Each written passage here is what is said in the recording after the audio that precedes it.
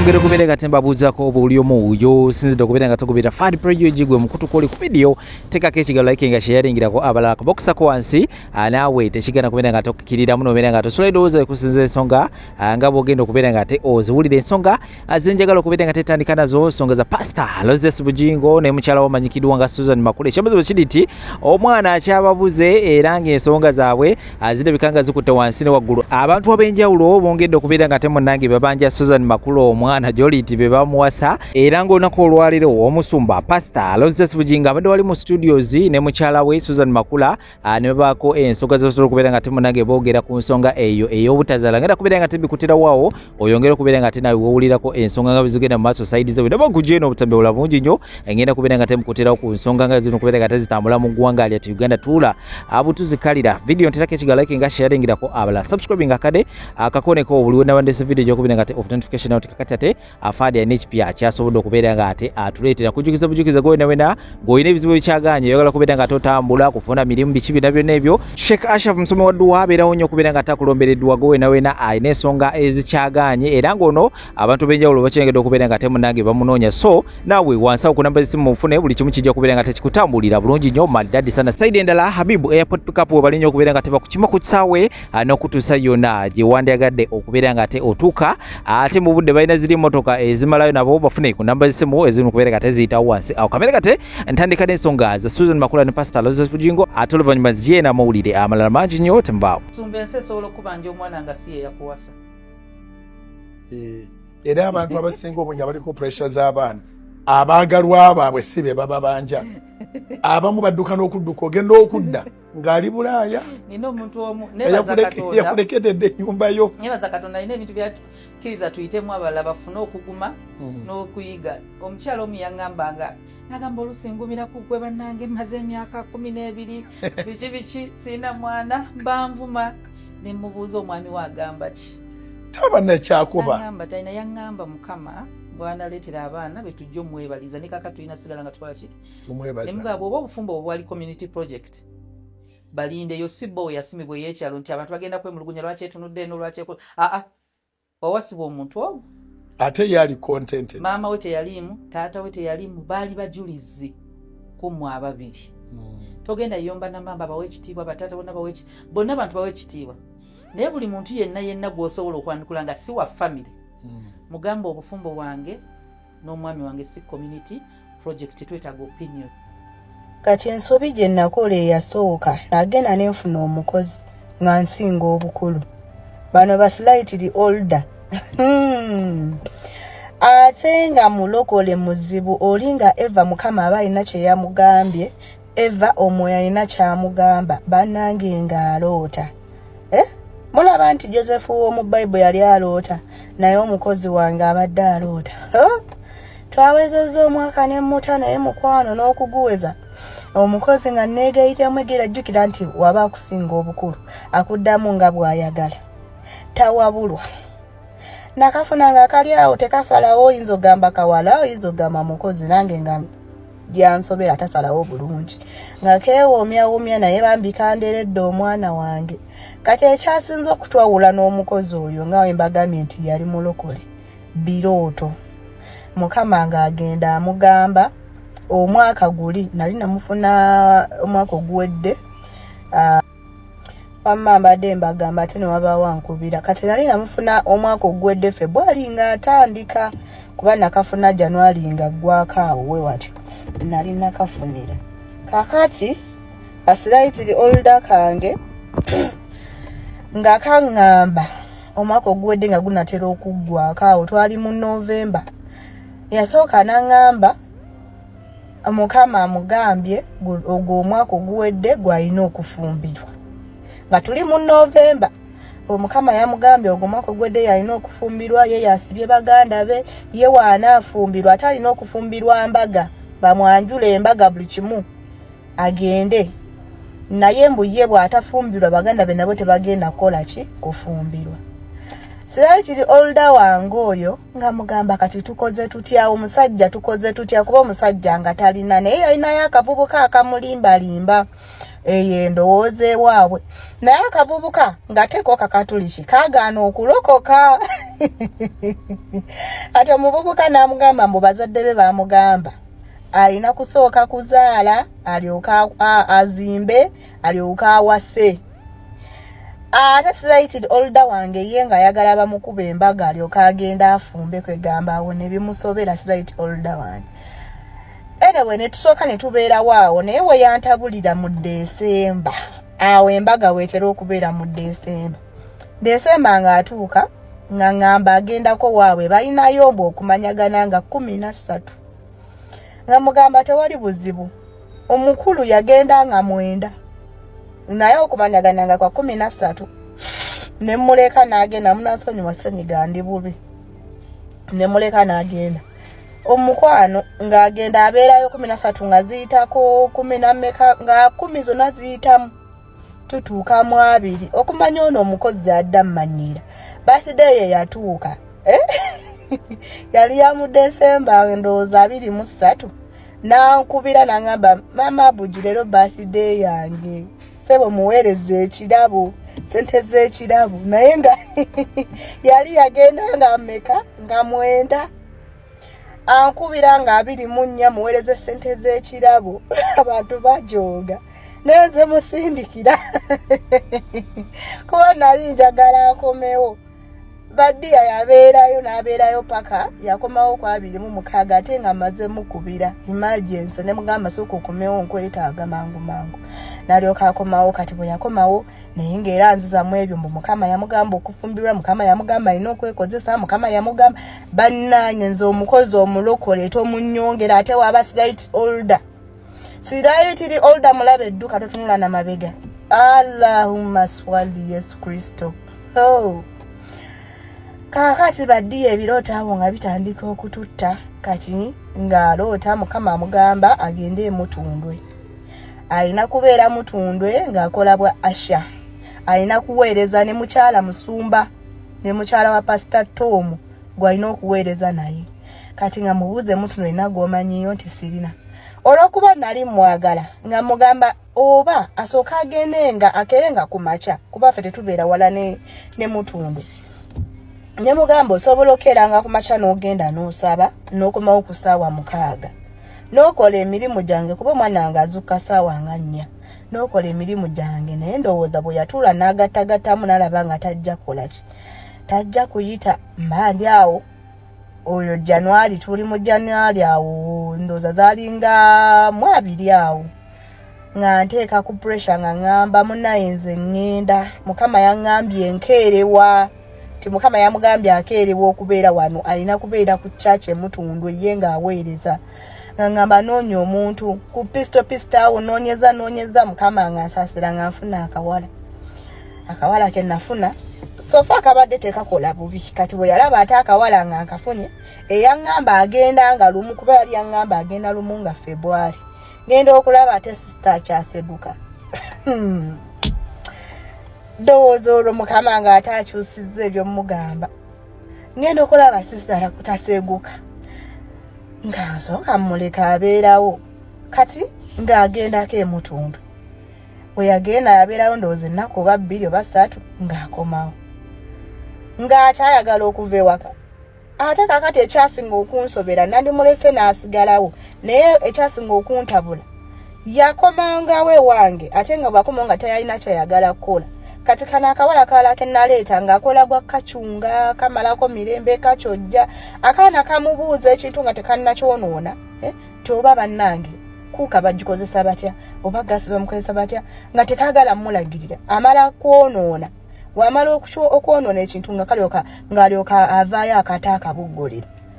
ekifo ekyokasomesa bate yatuuka n'afuna obujja mulokole yantabula slightly older yantabula nga tena kyayagala kukola ayagala kwebaka n'okuwa omwana emmere ng'azuukusa oli gwe naleeta gw'ayita jangu owa omwana w'emmere. Kakale kyasinga okuntabula ekirala oba jjukira bw'oba kati mwekambabulira abantu ng'omuntu akubeza ewuwe kati ojjukira nali mutaddeko n'omukozi omulala omuntu w'oba tonna ky'osobola muwa at least muwe support like emotional support. Oba nfiiriddwa genda nange oba nina omulwadde genda nange saba kokolaba mulamu wange yazaala ng'ali wali kumpi tugenda mu motoka weeri nkagamba jangu tugende omperekereko ndabe ku mulwadde wange yakoze ekiyazadde ne kangamba ko tekalina gye kalaga kalwadde ne kasigala mbuliri kati muwala wange namugulira essimu naye nga ke kagikozesa ne kanyiga essimu ate wakati waliwo wifi mbagambye nali nafuna kayiringu kaali kanfuukidde akayiringu okugulu b'okuweza omwaka baddiya anti kasiraitiri older nga kanziramu nga wekaagala nga bannange kati banne baako baakabuuza ne lwaki mama Abuja omuddamu nga bw'oyagala nekagamba nze siina kyentya mbukubanga ko tekalina kyekatya ate oba lumu siraitiri older namuyita tuwe omwana eddagala omwana wange nga mulwadde ne mugamba jangu tuwe omwana eddagala ne kaŋŋamba wabula nno naawe mama Abuja kati wasiri baawo olikola otya sebo kambuuza ye katali baawo ndikola ntya naye nga nkasasula nze wanewange omukozi muyisiza ddala nga muganda wange ate nagira nekola ensobi nga nemba ntambudde nako mba nti oli nambuuza paka mono sister wange okitegeera nga nkayisanga akaganda kange naye akantu kafuukira akantu anayi nze mundeke temunyongera abakozi balokole era kati naleese musiraamu ate siddamu kwesa mukozi ansinga bukulu sala akummanyira akantu kanjogere wange omwami wange n'angamba ojja kukiraba munaye ng'amala okutugamba nti mukama agambye agenda aweereze Mutundwe alina kuweereza ne mukyala wa Pastor Tom awe eyo emboozi ngibuuseewo sigibanyumiza bulungi nga mukama mbu yamugamba alina kuweereza ne mukyala wa Pastor Tom Mutundwe kaakati olagira n'amala n'angamba bw'ate mukama amugambye olwo n'agenda yasooka n'agenda ndowooza nalemererwa otuuka ku mukyala wa Musumba Tom olwagira n'agamba mukama amugambye akeereye nnyo bwaddayo Mutundwe alina kugenda mu kwoza ttooyi kati ne mugamba tukoze tutya mwakakozi kange nali nkaagala oba kaali kandoga bulozi nga kagenda we kaagalira ne kakomerawo we kaagalira kali kuulaba kakati ne kagamba mu mukama akagambye we kagende Mutundwe kalina kwoza ttooyi ne kagamba woba olina kwoza ttooyi era gende Mutundwe mubooza ttooyi obabuuze connection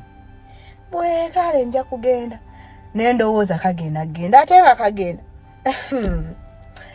kati kambabuulire nze omukozi wange yeebakanga nazuuka ssaawa 6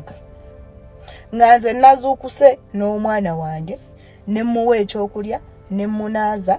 kuba tetusibeera na mirimu giri awo ne ntuula n'omwana wange ne tumulinda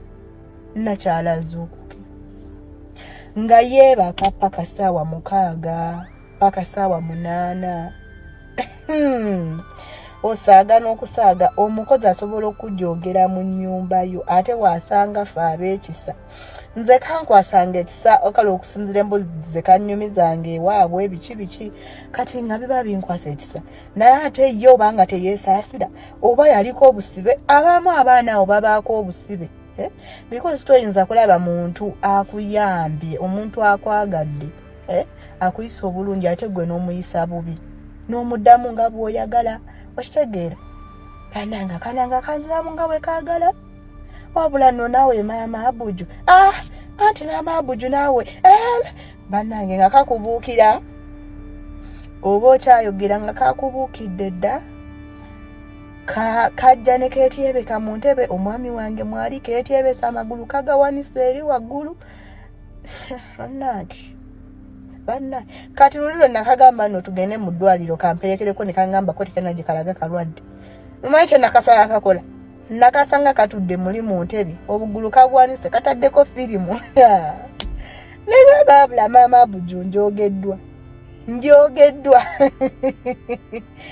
unansonyiwa kiwala kyange nakikazaako lya Abuju but she's called Abigail kati nno bakyala bwentyo mukama nga nnyamba mumbuuze nakavaako ntya mukama yantaasa batya akakozi ako kagende enkeera yali birthday ya mwana wange nga tugenda ku Serena gulo limu kaŋŋambyeko kalwadde tekalina gye kalaga okumperekerako mu ddwaliro kakati ntuuka okwogera ku by'okutwala omwana ku Serena ke kaasooka okucakyalika nti nkatwala nange ne ngamba ngenda kikakola we natuuka nga ngamba ntwala oli kali akakozi kange akalala akapya nga ngamba oli gwe ntwala kuba yes mutwala ngayo kuba ono mbadde nga mutwala sebo oyo nakyala namutwalanga ne out n'agaana okulya nanyiga nanyinyibala n'omwegayirira kale nnyo akakatunda nze nga neegayirira omukozi kale anyweko akatunda nga lwaki anyiize nga kyekimunyiiza kuba omwana wange tugenze eyo n'atandika okukola eddalu nga omanya abaana omwana mumutute wantu waliwo swimming pool alabye abantu ye taba nomo takota acting nomo ngowaka abeeramu ne excitement n'akola eddalu n'adduka okitegeera muba mulina mugoba okitegeera omwana ng'abaana emubamanyi era omutwala nga mumutute n'omwana kati bwatuuka nakyala twatukanga out n'agaana okulya maama nga omutute muwoteyeze ebbeeyi emmere ya mitwalo 7.5 nakyala n'agaana okulya noyita bawayita nobagamba mugipaakinge wabula olunaku olwanyiiza namutwala eyo ku Lavena Seguku ne tutumya emmere ez'ebbeeyi kakati okisooka yagaana okugoba omwana wange ng'ali kudduka n'agaana omugoba naye abakanye ne ngoba omwana wange munnange tagwa mu swimming pool nzijeeyo neegobye n'omwana wange mufulidde bazannya nabo mututeko mu bouncing castle ng'emmere baagireese neebeera awo enswera ne zigyewujjako eyange neeyiye n'ebijwisi byonna nga biri awo nkoma omubuuza kikimunze saagala nga kanyinyibala banange kantu gwe olaba vidiyo eno nakuwonye nawonye okwegayirira omukozi kale kamba buulire ndi mulokole naye siddamu kwesa mukozi mulokole la olinga narwoyo banange oba gwe bayita narwoyo simanyi ate narwoyo eyansobera ondaga oli mulokole naate bwe nseyo Bible tusabe ffenna tayagala nga tayagala tusabe ffenna mugamba tusome ku Bible tusabe ffenna tayagala oba bwe bana abantu nga lya bit selfish nga ne Katonda naye obeera selfish kuye kuba ali andaga ye ategeera ku byawandiikibwa okunsinga kwaye ne ngamba ye nfunye omulokola nannyimusaako mu kusaba wa dia nedda nga gwe omwesibako n'omubuuza bannange sooka ombulire ekyo kyandikibwa kyasangibwa wakino nga gwe omwesibako bannange kantu gwe mbadde nkwesibako olinganga akayiringu nakuwonye emirundi 18 kino sikirabanga kakati baddi nayingizaawo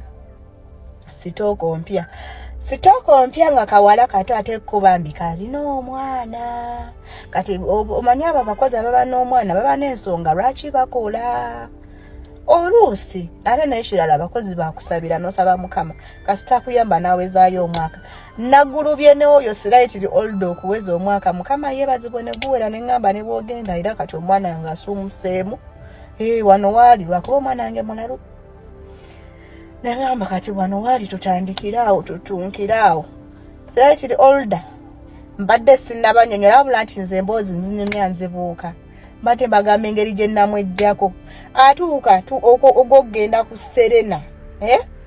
eno vidiyo nga mpanvu anyway abanayagala banagimalayo abatayagala banagireka tutuuka ogw'okgenda ku Serena akyakyalikambu mutwala namugambye simutwala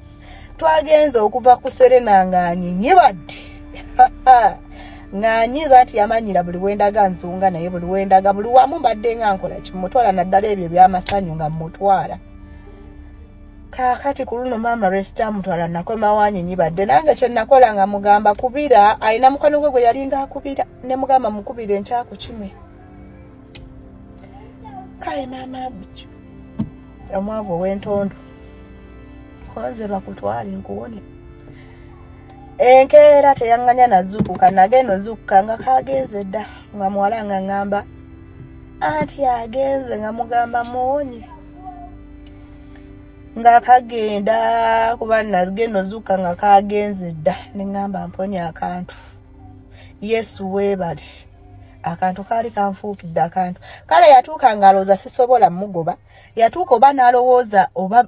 oba muganda wange oba yatuuka n'alowooza baatuwasa babiri omukozi nga yafuuka omukozi baddiya